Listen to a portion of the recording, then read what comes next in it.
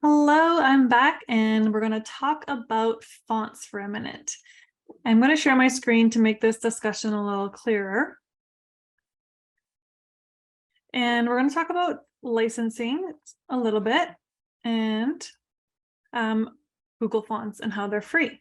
So you might discover and enjoy playing with a whole bunch of fun fonts right here in Canva. I'm going to change this sparkle neon font to green, and I'm going to name it Burn Life. So you might really like a impact font, like a decorative font for your logo, and that is perfectly okay. If you create your logo in Canva and export it into a logo format, then you're licensed, you're good. And I'm not, by the way, a lawyer. I'm not recommending that you follow my advice only. Do your due diligence and look at the licensing requirements for the materials that you want to use. But it is my understanding that whatever you create in Canva and export, you can use that exported piece as your branding.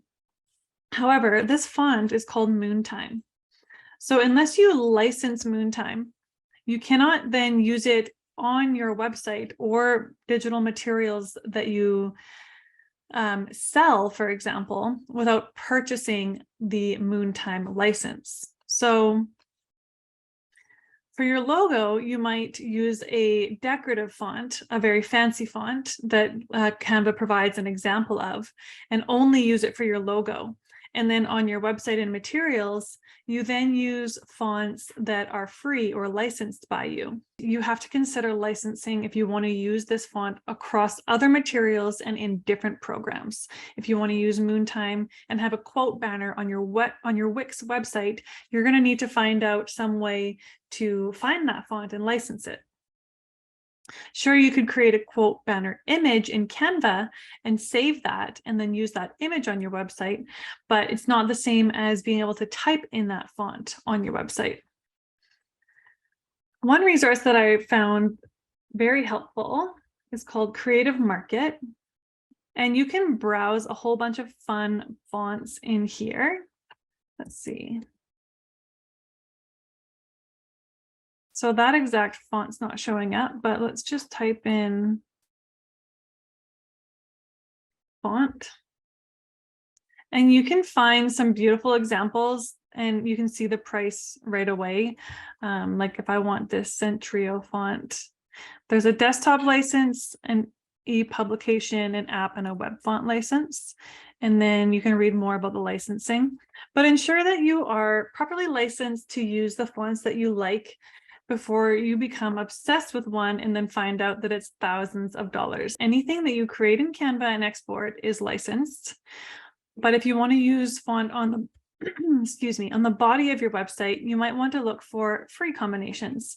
And a great resource for free combinations is Google Fonts. So here is a pagecloud.com blog post, best Google font pairings, top 50 Google font pairings, handpicked by pro designers.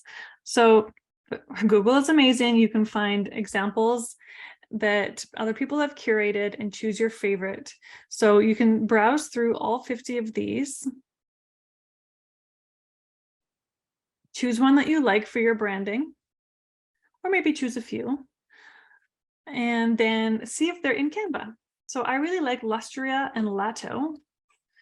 So let's go ahead and add a heading font and a body font.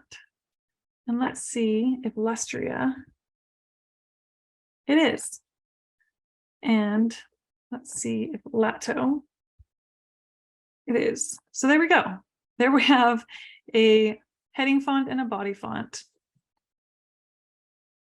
And it's nice to see what every single letter and every single number looks like. So we're going to go ahead and use a new Canva template for a brand guideline.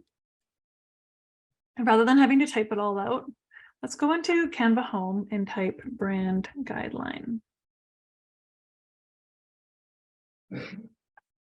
Or more appropriately, brand guide.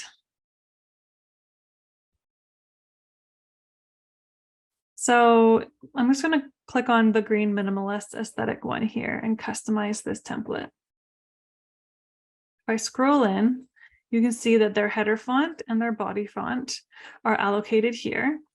They're using Grown and Montserrat together. If you really like that combo, you can go in and see if Grown is a Google font, if it's free. And same with Montserrat. But I'm just going to select copy, and I can copy from one Canva tab to another one. So now I have the alphabet, uppercase and lowercase in every number, and I'm going to change that to, I already forget what it's called, Lustria.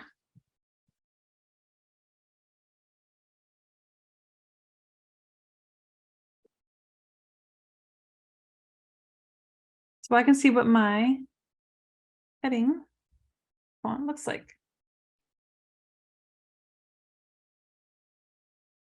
Headings, Lustria.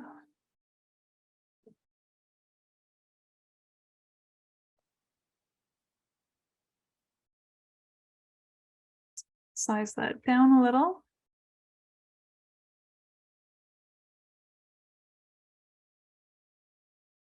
And body, Lato. Copy these, paste them, Command C, Command V, and change them to Lato.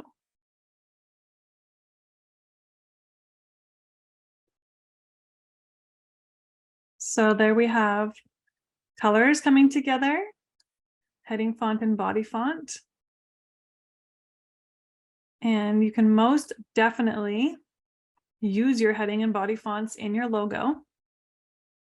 Or you can come up with a logo that has an impact font, a decorative font, something a little bit more punchy and wild.